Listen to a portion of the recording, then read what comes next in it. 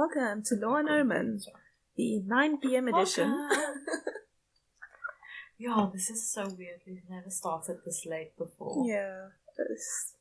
And also the fact that we were recording the episode. It's like, it was such a good episode. Yeah, it really was. I was thinking about that. There was a lot of funny things. No, we just lost no it one all. will ever hear it because I could barely hear it. Yeah. I don't know why we have had so much technical difficulties for so long. It's like, why can't it just go right? Why can't it just go well?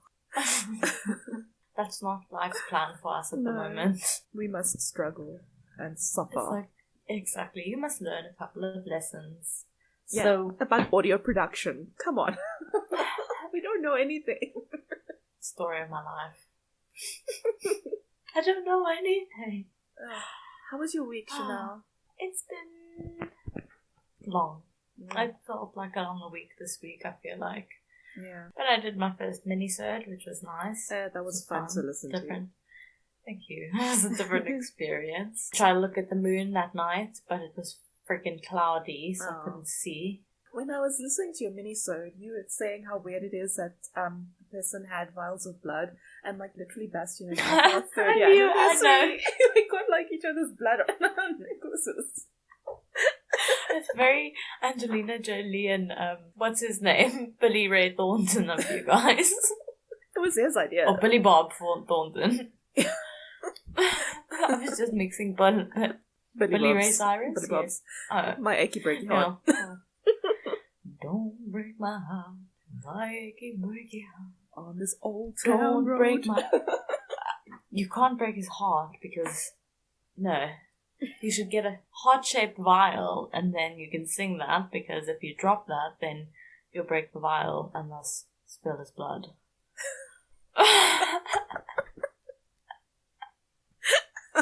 Okay. Sure. Don't break the vial. It's a breaky vial. You had so much fun in load shedding, didn't you? I was playing games on my PC because we had solar power. Yay! Yes. Yeah. No, we were just watching some Below Deck. Oh, nice. Online. Pandora, what are you doing? Oh my goodness, she wants to get into my cupboard. This is the joy of recording in the closet. Because now the cat is like, ooh, I want to explore. This is weird. Why are you sitting in here? Yeah, and poor Lily is all alone in my office. Oh, shame. Oh. Hello, it comes to Chanelle her chicken leg. Look at her little chicken leg. Oh, shame. And she got a little bandage. Ugh. How's she doing? Yeah, she's doing much better. She's more herself today. She was playing around. She runs around in circles on her 3 legs. Like, she's really getting there. And also, she's doing fine without the pain medication. Like, we didn't even give her meds tonight and she's fine. So she's really bounced back quickly, which is so nice.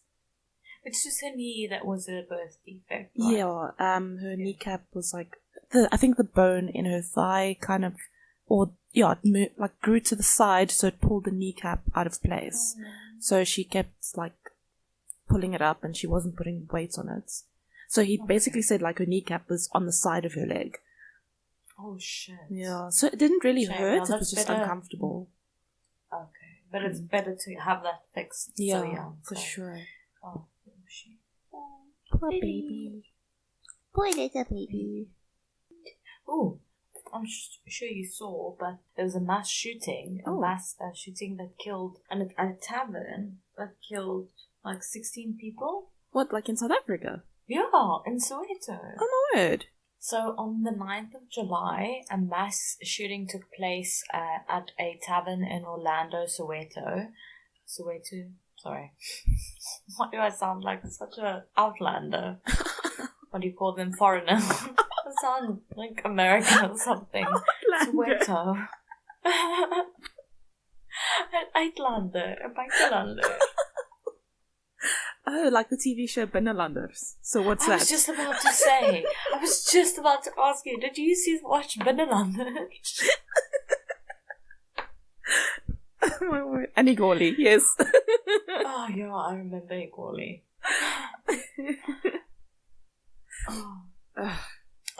So On the 9th of July 2022, a mass shooting took place in a tavern in Orlando, Soweto, and at least 16 people were killed.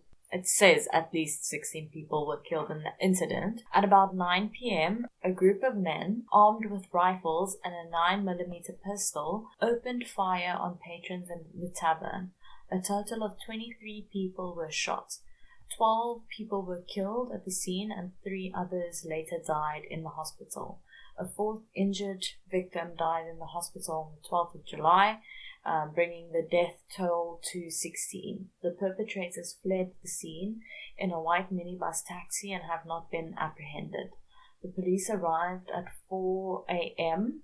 on the 10th of July, and the injured victims were sent to the Kristin hospital there. The shooting occurred on the same day as another mass shooting in a tavern in Pietermaritzburg, KwaZulu-Natal, though authorities don't believe that the incidents were linked. And then that shooting, at about 8:30 p.m., 2 men entered Sweetwater's tavern in Pietermaritzburg, where they shot 12 patrons at random with a 9mm pistol.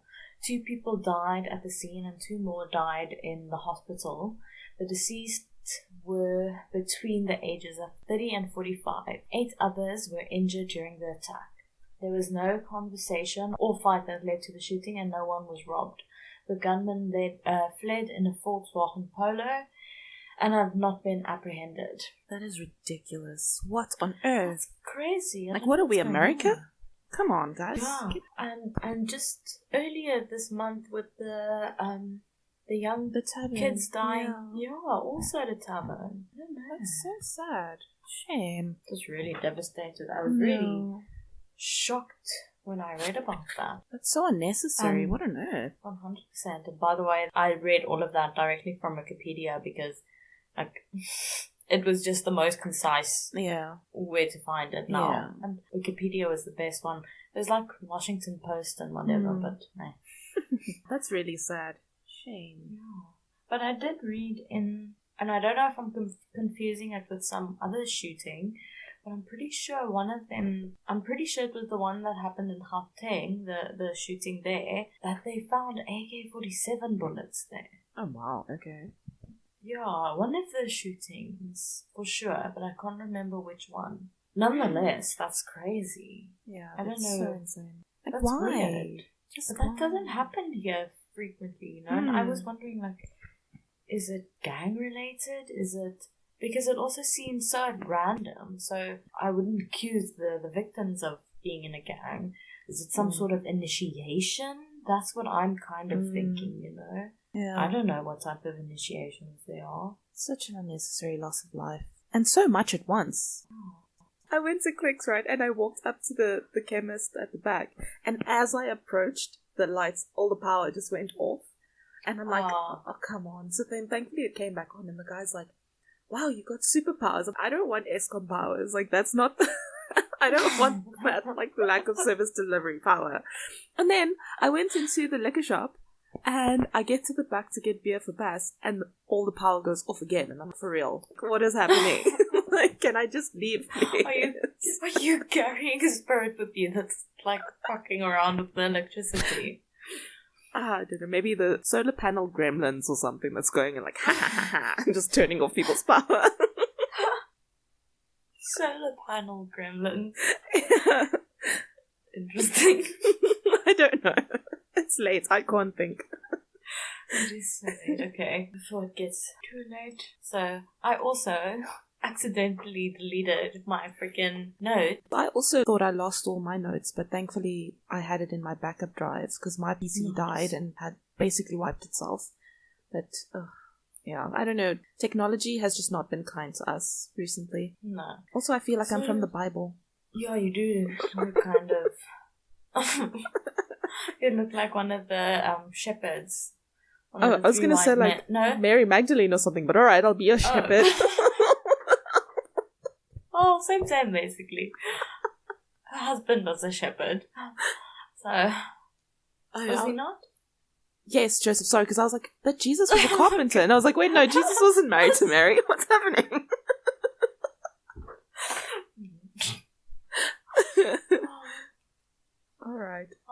I'm surprised I knew that. Well done me. Or remembered that. It must have been some of the stories stuck in my head. Did I tell you that my sister went on a mission? What do you mean a mission? Like a church mission. Oh. When? Like recently or like... Yeah. Oh! What? 2 weeks ago, she went to Namibia. Oh, okay. Yeah. I was like, wow. We're very different people. You're spreading darkness and she's spreading light. I'm not spreading darkness. I mean, technically you are. You make people miserable every week. I remind people that there's a lot of fucked up shit in our country. We need to come together and burn it to the ground. She says that she lights a lighter.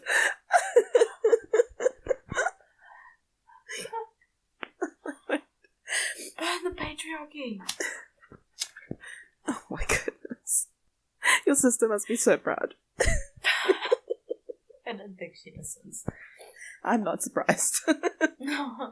So, let me start with my disclaimer. The following stories contain graphic content and might not be suitable for everyone. The sources I use to find the information will be listed below, and everything I say is my own opinion unless it is stated as fact. And obviously I mean no disrespect towards anyone that I speak about. And today's case is going to be the case of Rita and Carol. So I found 2 different iterations of their surnames while I was redoing my research. The one was Westphal, which, you know, it's easy enough to say, and the other one is spelled Westphaha, and I don't know how to say that. Westphaha. So I'm going to go with Westphal. Yeah. If I'm wrong, I'm very sorry, but it was in multiple sources spelled like that as well, so I'm not sure which one is correct. So Rita was 77 years old and her daughter Carol was 58. They had been staying in their Oribi home for over 20 years. Rita had planned to move to a retirement village with Carol as soon as Carol, turned 60. So Carol was or had special needs and would continue to live with Rita throughout her life. Their neighbors said that they had a good relationship with both Rita and Carol. They said that they always helped each other as neighbors, and both of them seemed well liked by all accounts. I mentioned that they lived in Oribi village. So this is a small neighborhood in Pietermaritzburg. It's very close to the Pietermaritzburg airport, about 2 minutes away. And in recent years, the neighborhood were experiencing trouble with crime in the area. The crime rate had increased exponentially, a fact that was reported to the police on numerous occasions. Numerous. Yes, that is what I said. So this was due to people in the surrounding area who had become addicted to wonga. According to the KwaZulu-Natal Department of Health, the drug wonga is made up of a mixture of low-grade heroin and other additives like rat poison. Delicious. Wonga is... gosh. So it's smoked. Like, usually it's like crushed up and smoked with weed or, I don't know what, tobacco. Yeah. Whatever, but yeah, probably usually weed. So wonga is highly addictive, and a user can become addicted even after only using it once. I mean, if it's heroin, you know, that is kind of that type of drug. Yeah. The withdrawal symptoms of this drug are severe body pains, which include severe headaches, stomach pains, and muscle spasms. This leads to users taking more of the drug because the heroin provides temporary relief from the pain. Hence, users becoming trapped in a vicious cycle where the wonga both causes and temporarily relieves the agonizing pain. My heart goes out to anyone who suffers with an addiction. Yeah, but especially that's so like... Yeah. I watched a video while I was doing research again today, or redoing research, and it was a video where they were basically interviewing people on the street who had become addicted to Wonga, and it seems to be particularly in Durban, where this is a really big problem. I suppose it's like tip in Cape Town. Yeah. You know, I'm not saying it's not in other provinces, but it is more prevalent. Yeah. It's like bath salts in Florida, USA. It's just like some places are known for certain drugs. Yeah. Unfortunately. Exactly. Yeah. So there's this one young guy on the street that was saying how, you know, he wants to stop this, but he can't. And he said how he stole from his mother as well, and how he basically just can't kick this addiction, and how he knows he's going backwards, and you know, he's ending up in the same place that he was before because he had stopped for a little bit and then it, you know, reignited again. And it's so sad because a lot of people, especially if you live on the street and you don't have a support system, where are you going to go? You can't afford rehab. Are there even really state-owned rehab centers? I actually have no idea. I also don't know. I should do some research. Yeah, I was gonna say I think they're super rough. I was gonna say I wouldn't think it's a great place. To go. Yeah, of course it's a state-owned rehab. Of course it is. Yeah, it's sad like the state places don't help people. Like, I mean, that's why you're there. Exactly. Yeah, addiction is an awful, awful thing because you get so trapped. So neighbors reported that they were troubled by Wonga addicts who sometimes even forced residents out of their homes. In March 2020, Carol and Arby Walter Smith, who was 85, he was Rita's partner, and Rita were attacked by an axe-wielding intruder in their home. A relative of the family said at the time that they suspected the break-in was intended to scare the family to move out of their house so that the attacker could move in. They also said that they suspected that the unknown man entered the house through an open back door. Quote, "He didn't ask for anything, he just started attacking. But we know this to be their modus operandi. Modus operandi. Modus operandi. Their MO. I'm overthinking this. He didn't ask for anything, he just started attacking, but we know this to be their modus operandi. The Wonga boys have been terrorizing residents to drive them out of this area so that they can take over their properties. You don't get threats, you just get hit. The Wonga is rife here, and it is destroying the whole village. The addicts throw you out and sell the house so that they have the money to feed their addiction." I think we touched on this last time, but I'm not really sure how they would be able to just sell the house. Yeah. But that was what was quoted. So, as I mentioned, the couple and Carol were attacked in their home. Rita and Arby were both struck once on the head, while Carol was hit twice on the back of her head. Rita managed to run outside and started yelling for help, and her neighbors ran to her aid. The axeman fled on foot and disappeared into the nearby shrubbery. Later that year, in October, a man knocked on Rita's door. She opened the door and the man offered to clean her jewelry after presenting her with a gift of 6 pillows. This was also confusing last time. Oh my god, what's happening? Sorry, I just dropped something and then my mic fell over as well. I know, that is confusing. I didn't understand. Yeah. So he gives you pillows so that he can clean your jewelry. Yeah, it is strange. So, quote, "I thought it was my lucky day until he took out a small bottle with a very strong substance.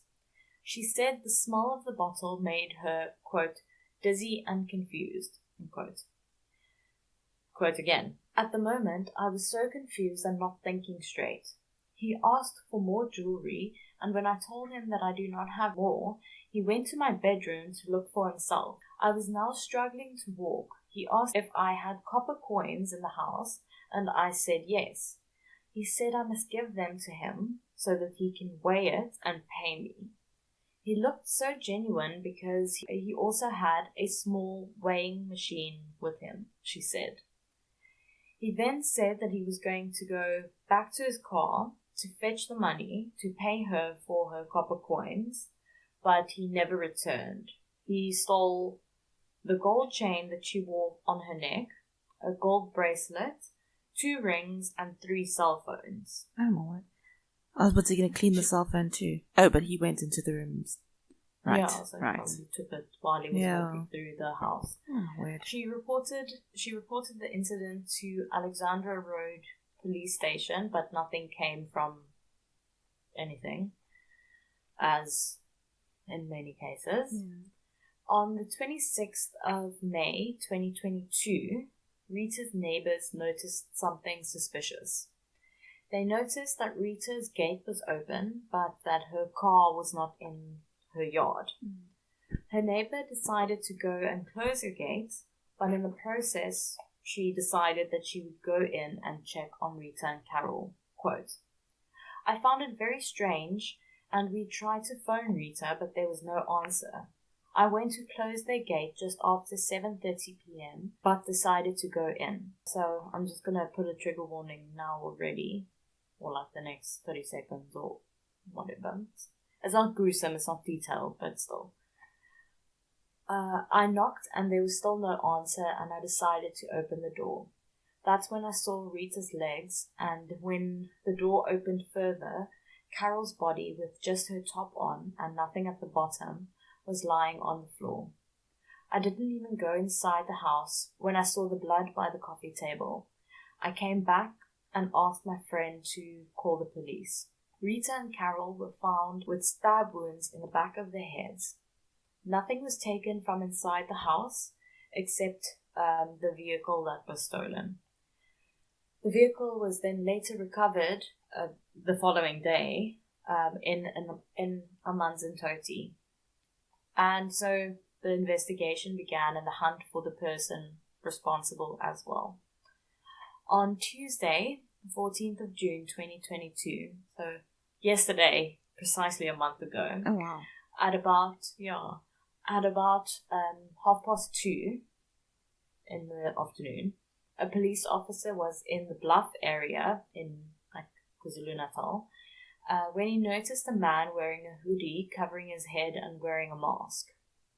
When he saw the police officer, he dropped his head and walked into the shop.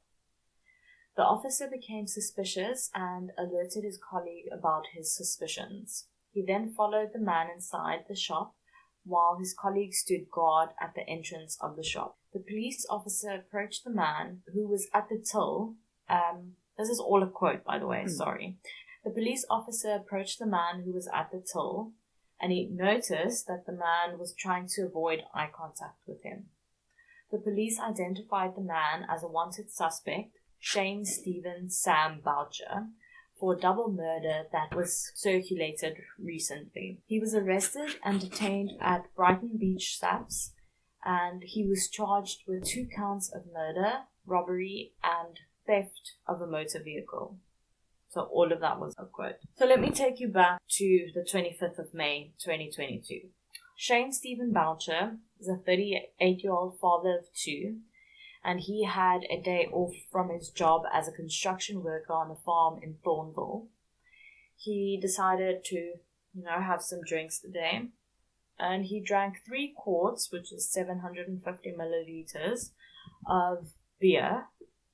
I had 2 different reports, one saying Black Label and the other one saying Lion Lager. Don't know which one it is. Both are gross. And then, both are pretty not so nice. And then he decided that he was going to go visit a friend that lived in Oribi. This was about 15 minutes away from Thornville. He went to his friend's house, but he wasn't there. So Boucher decided to pay Rita a visit, as he had known her for over 15 years because his mother and Rita used to be neighbors before his mother moved to an old age home or retirement home. She welcomed him, and the 2 of them shared 2 quarts, so 2 750ml bottles of beer.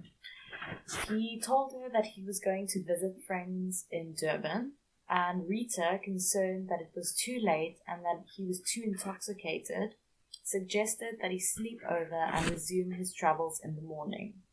He agreed that this is a better idea, and so they called it a night.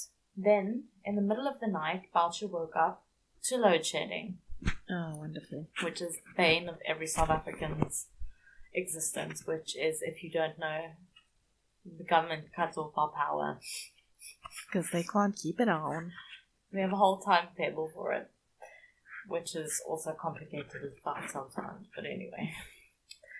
So the house was dark, and since everyone had gone to bed, it was quiet as well. He got up and went to the kitchen to quench his thirst. While he was drinking water, he said that he felt a presence behind him and that it scared him. Without turning to see who it was, he reached for a knife that was in his belt and attacked. And it was Rita. Rita was the one that was standing behind him, and he ended up stabbing her twice, both times in the neck. Realizing what he had done, he panicked and decided that he must gather all his belongings and make a run for it.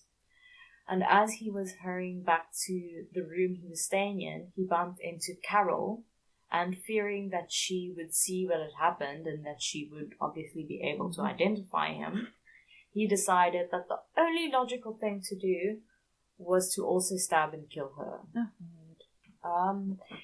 He then went to the room, gathered his things, and since he didn't have any transport, so I assume he probably took a taxi or a bus or whatever to Oribi, he stole Rita's car.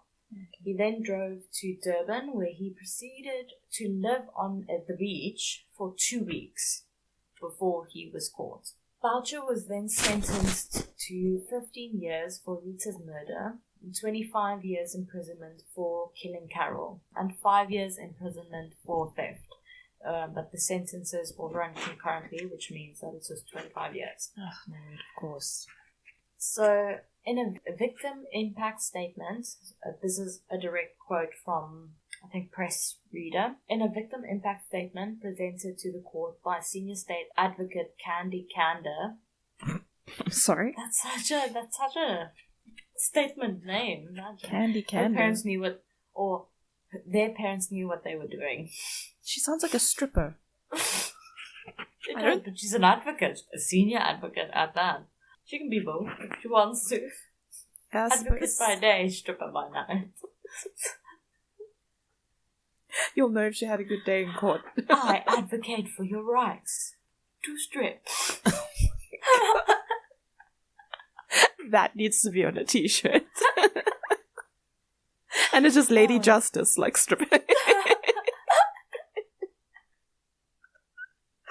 Turning the scale above her head as a baton. Yes.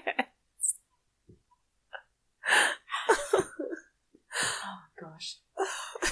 Okay, so in a victim impact statement presented to the court by Senior State Advocate Candy Kander, Rita's younger daughter described her mother as a loving woman. Quote, "She was friendly to all and would always greet people with a smile. When help was needed, my mom would do her best to assist in any way she could.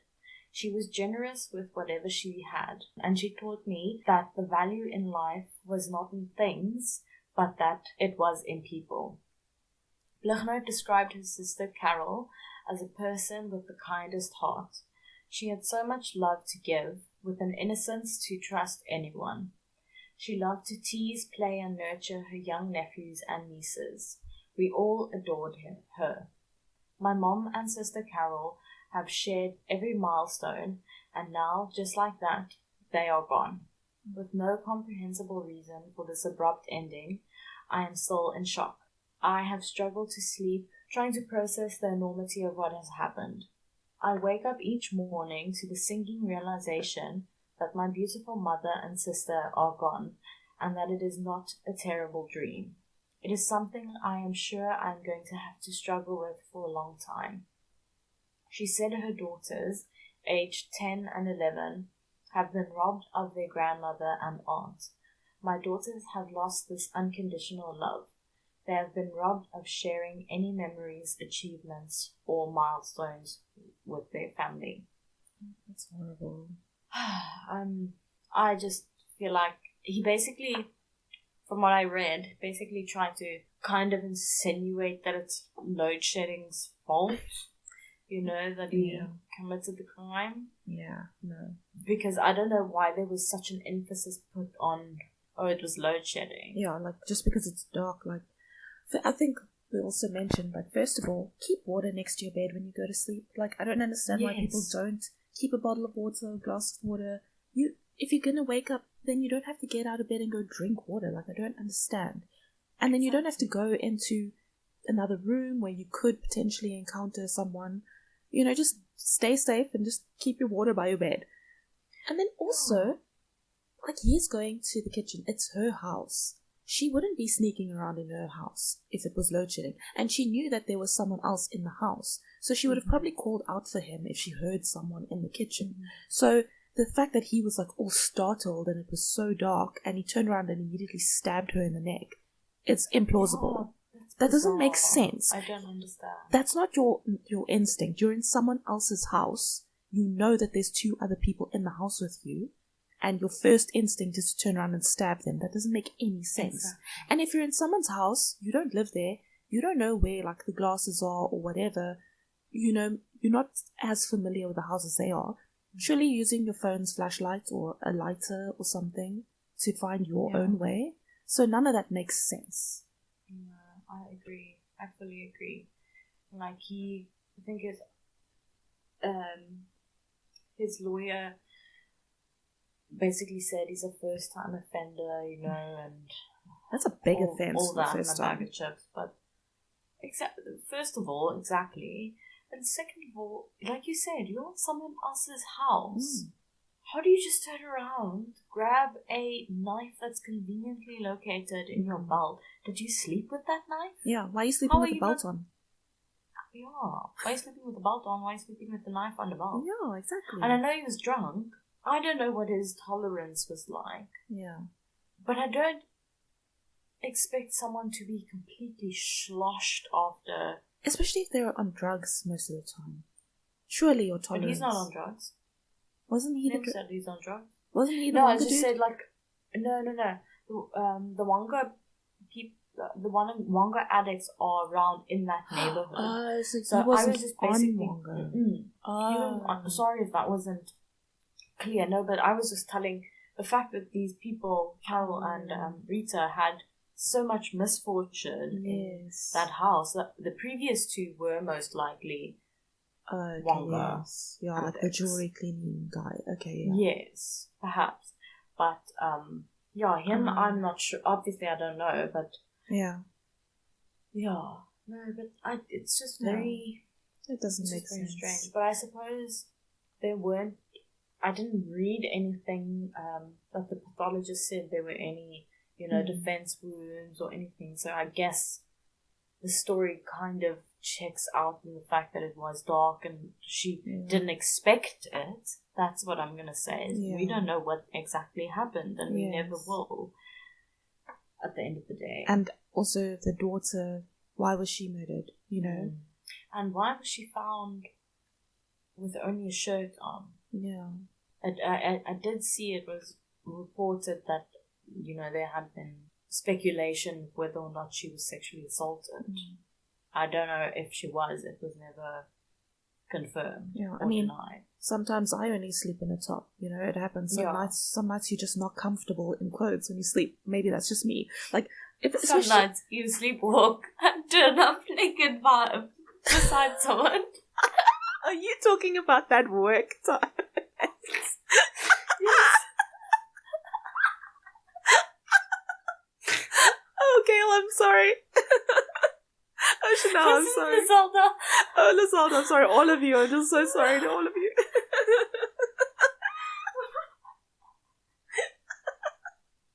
That was the tequila's fault, okay?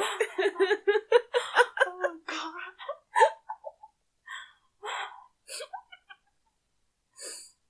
I'm so glad we don't go on work weekend aways anymore. Oh, me too. Oh, gosh. Lord, anyway. But yeah, no. I don't know. Yeah, that's so sad. And the fact that they spent their whole lives together, you know, and then both taken like that. I suppose in a way it's like a small mercy, especially for the daughter. Like, if she had lost her mom, it would have probably been quite difficult, being so dependent on her. So it's still tragic and horrible, but like some tiny sliver of a silver lining, I guess. But it's still just awful. Oh, it really is. I'm glad there was at least some sort of justice, even if it's not enough. It's at least something. Yeah, Lucy is going to jail, and you know, there's nothing's ever going to bring them back. No, of course.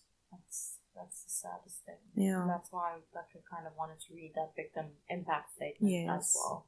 I didn't include that last week because I didn't see it, but yeah. So I'm glad to want to kind of silver lining that we're redoing this. Yeah.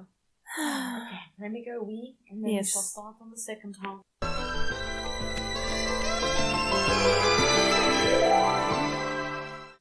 Ouch, I'm gonna lounge like a Roman.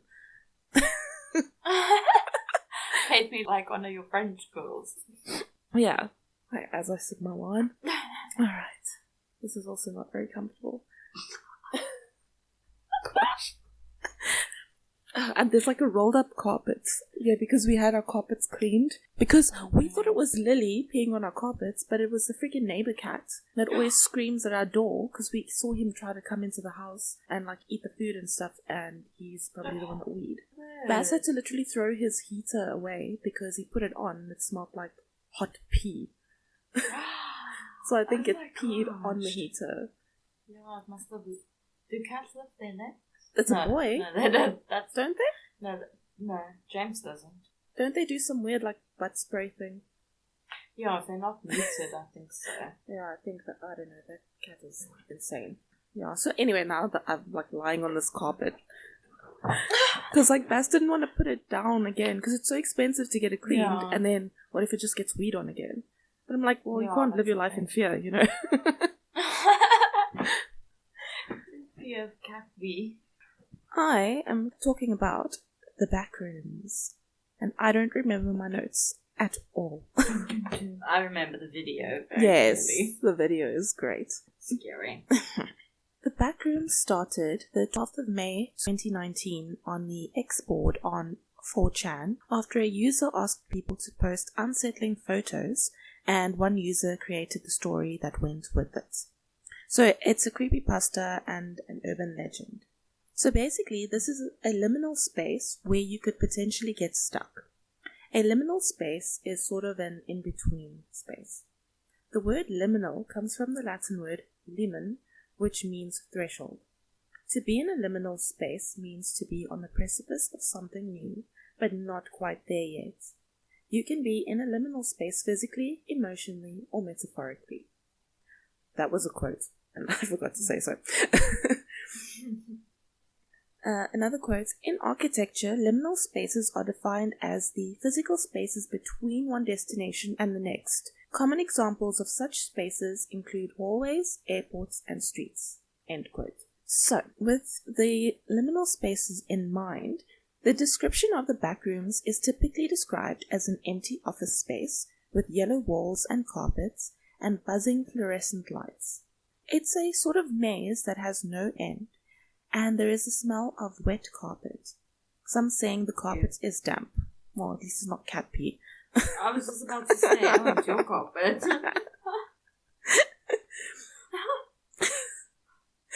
Since its original creation, the Backrooms have evolved to include more rooms, levels, and entities as the internet has embraced it more as a concept.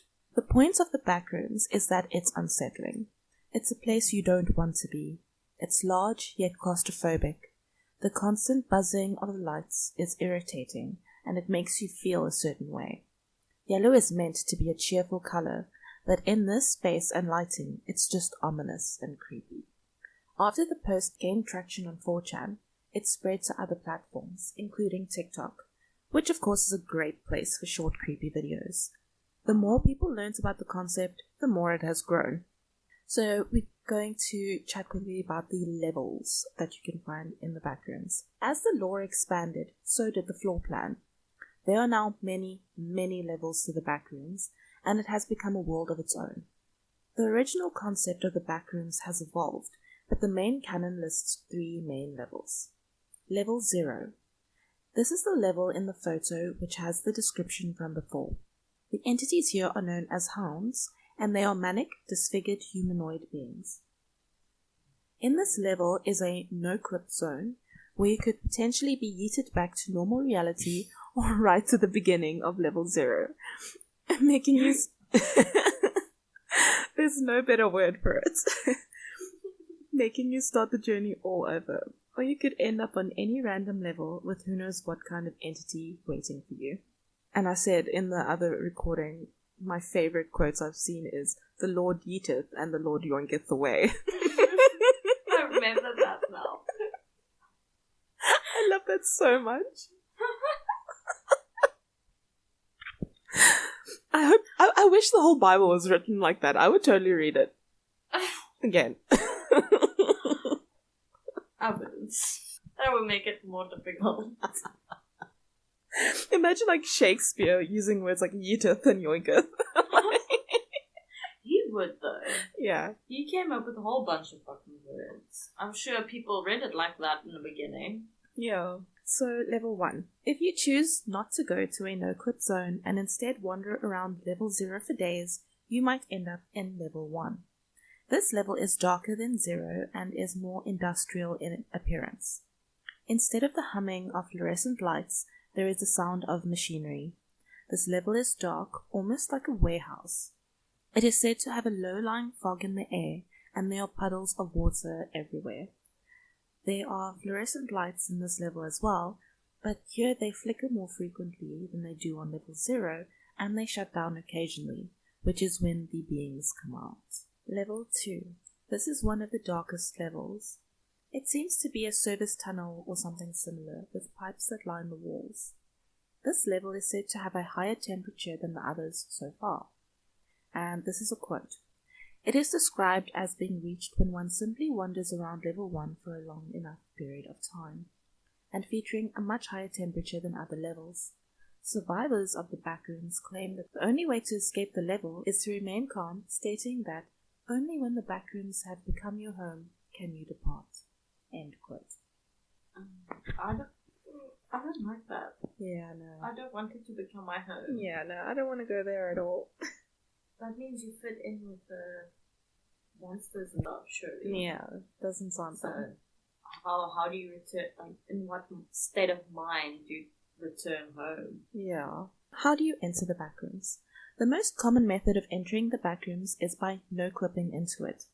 No-clip is a term originating from the game Doom, but it can happen in many games.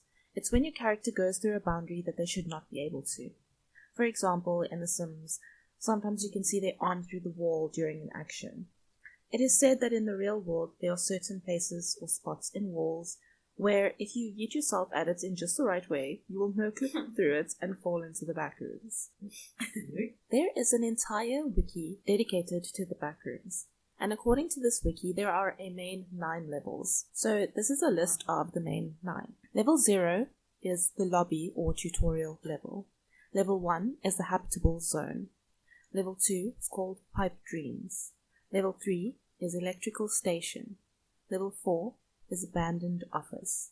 Level 5 is the Hotel. Level 6 is Lights Out. Level 7 is Thalassophobia. What did we say that was again?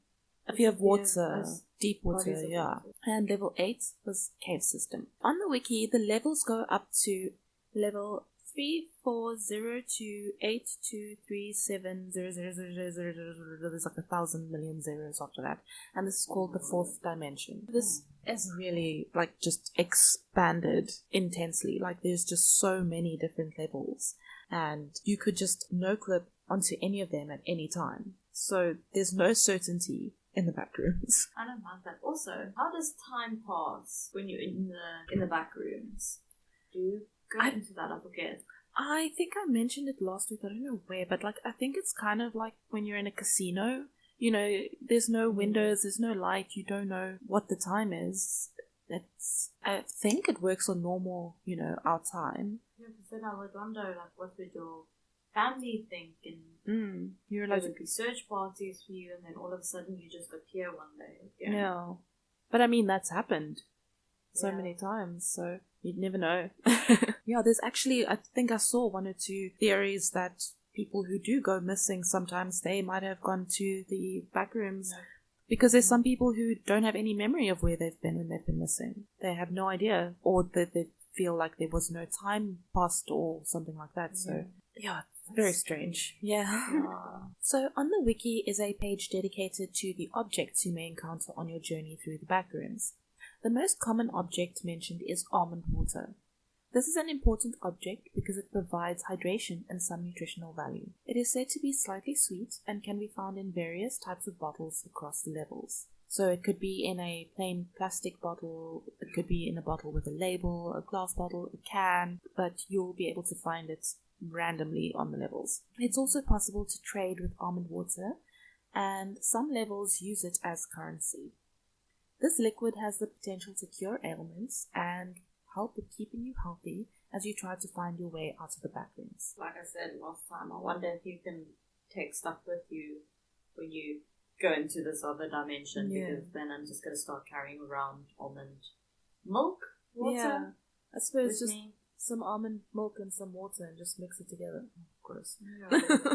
Ew. Just really diluted almond water, milk. Ew. Okay. I don't think I've ever had almond milk, and I don't think I want to. I think I might have had it once before. I really want to make oat milk. Oh. No. But there's quite like you have to get the ratio just right, because if you blend it too much, the consistency goes slimy. And also if you strain it too much, if you like push too much of the liquid out, it also gets slimy. Oh, I don't know why, but when you say that word, it's just I think the combination of milk and slimy. That's so gross. Ew. Other objects you may encounter include neon water, smoothies, liquid pain, pool stone, moth jelly, shrink potion, cashew water, and deoxyribose syrup. And this is a rare substance that can be found in the Backrooms. It has a yellowish color and a lemon-like smell. It is advised not to drink too much of it though, as it could lead to severe addiction, similar to that of drugs. Yeah, I don't want to know what moth jelly is. That's neither do I. gross. And liquid pain, isn't that just tequila? Yes, I would say so. There are a number of entities that you may encounter while in the Backrooms. This is a list from the wiki which shows the hazard classes of these entities. Yes, I am being a ghost. You look so funny. You just keep closing that blanket around you more and more. Yeah, because I don't want it to echo. So I just want to see my notes. Class 1 is not aggressive but can cause injuries to wanderers. Class 2, not typically aggressive but could be provoked into injuring or rarely killing wanderers. Class 3, aggressive but not notably dangerous. Class 4, aggressive. Class 5, dangerous. Class 6, extremely dangerous. And Class 7, mythological. And this is the classification level for unknown or abnormal entities. The names of some of the entities include smilers, windows, clumps, insanities, gym sanities, facelings. I know. Isn't that just Patrick? Confetti moths, hounds, hairworms, caterpillars. That's cute. I wouldn't mind that. Caterpillar. Yeah, so there's caterpillars, tear jerkers, death rats, toxin spitters. Tear jerkers. I'm sorry. Go on. Death rats. Lurkers, doppelgangers, and the list goes on. There's like so many entities. Because I mean, there's so many levels. Yeah. All have like different habitats.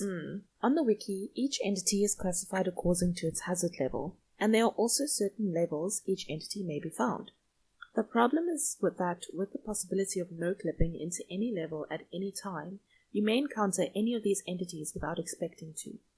Unless you are acutely aware of the description of each and every level, you probably won't even know which level you're on or how long you've been in the Backrooms. You must get so tired just walking and running through there all the time. Oh, And it must be like mentally draining. I would just sit down. Just get it over with. I'm not wasting my time being tired and scared. Yeah, and then you get hungry and it's even worse. There is a whole list of theories for the backrooms. There are way too many to go into here, but if you're interested, check out the wiki and read up on them. Some of their names are the accident collision theory, dream theory, the great experiment, shattered reality theory, and so on. On the wiki, mention is made to the way out, which is the exit of the backrooms. This exit will appear differently for everyone. It is said that it will always be flooded in bright, intense yellow light. A Reddit user, Enigmatic Eva, is said to have been the only one to see this exit, and the following is from the wiki. This is a quote. However, it seems that whoever finds their way out, at least for a while, does not end up in their original reality. Shortly after exiting, Enigmatic Eva noticed numerous anomalies scattered around what they thought was their reality. Some of the anomalies include an alarming amount of CCTV cameras, way more than what was normal. They still couldn't get rid of the signature buzzing in their head. There was an apparent lack of any other form of life, including humans. Everything was deserted, from the cars on the street to the buildings and airports. Thus, they were essentially stuck and could not travel for long. End quote. Enigmatic Eva referred to a certain them in a thread reply. Whether this is a backrooms being or a product of the corrupted reality they found themselves in is unknown. It seems that they are sentient and most likely hostile. Enigmatic Eva noted that they traversed the whole globe whilst in the backrooms, suggesting that certain locations within the backrooms correspond to real-life locations. Enigmatic Eva is from the United States, but ended up in what looks to be downtown London. I also saw someone looking at backrooms saying that obviously over time people have added their own, obviously, content to make it like, ooh, it's, a thing. But, for example, like on Google Maps and things like that, on the street view, people have pointed out sort of places that look like what the backrooms are described as. Like there's places that look like the rooms or whatever. Mm-hmm. So people have tried to like geolocate where these places could be around the globe. A post on Reddit gave this example. If you've no-clipped out of, for instance, your bedroom and you end up in the backrooms, do you remember what your room looks like? The layout, the walls, the cracks? Now try to find that room in the backrooms. One of the rooms there is your room, and potentially you can no-clip back into normal reality through that room. You'll have to fall the same way you did when you fell in, which is a lot to keep in mind. Yeah. Because it's basically remembering what your rooms look like without all the furniture and stuff in it. It's like just the layout, where the doors are. Yeah. Where. Yeah. As this other reality is called the backrooms, our current reality, or the real world, is referred to as the front rooms. And that's sort of where I think Enigmatic Eva found themselves, where it's sort of where the two worlds merge into one. Yeah, where they meet. So where the back rooms and the front rooms overlap. Mm. So it looks like normal reality, but it's got that abandoned and weirdness of the backrooms. In January 2022, 16-year-old director Kane Parsons uploaded a short horror film called The Backrooms found footage to his YouTube channel, and I made Chanelle watch that last time we recorded. That was really scary. It's a first-person VHS-style video from 1996 which shows a man entering the backrooms. So this guy's channel is Kane Pixels on YouTube, and he's got a lot of other videos on there as well. Like for a 16-year-old, it's really well done. So well done. It's very good. And then also a Reddit user created a Minecraft map based on the backrooms on the 12th of February 2022. Other games based on the concept have also been released, including The Backroom Simulator, released in 2019, and Enter the Backrooms, released in 2021. Then my own conclusion after reading all of this and thinking about it, in a way the backrooms are almost a visual description of how or what many individuals might imagine how to be like. For many, their idea of hell is not automatically a lake of fire, but something more like complete isolation or being forgotten or a fear of the unknown. In a way, the Backrooms is a really great thing because it has given so many people an unconscious way of expressing their deepest fears, especially if you look at all the theories, the variations, etc. of the concept, the entities you could meet, the objects you encounter or need. It's a really fascinating insight into our collective psyche and how we all create this, like how everyone can create things together. Yeah. Random people from all over have just created this world.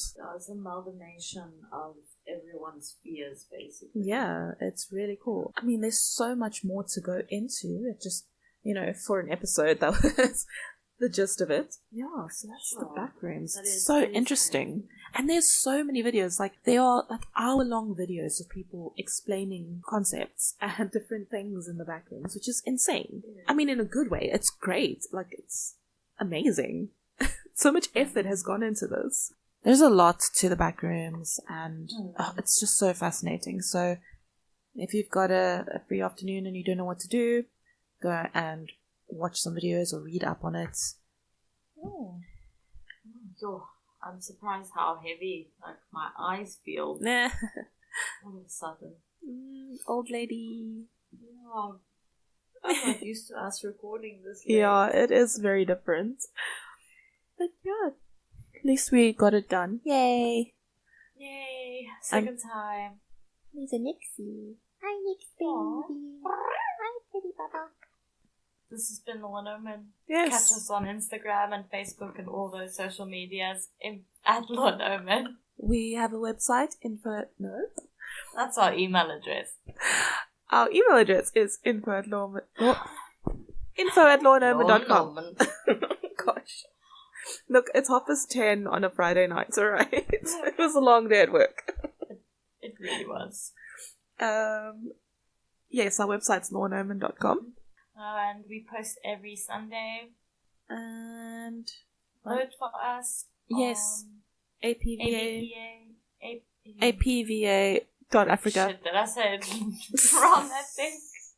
Yeah, so please do vote for us. APVA.Africa/votings. We're in the true crime category. Yes. Yeah. Thank you for listening. And have a good week. Yes, stay safe. Don't be a dick. Yeah. Peace. Love you. Bye.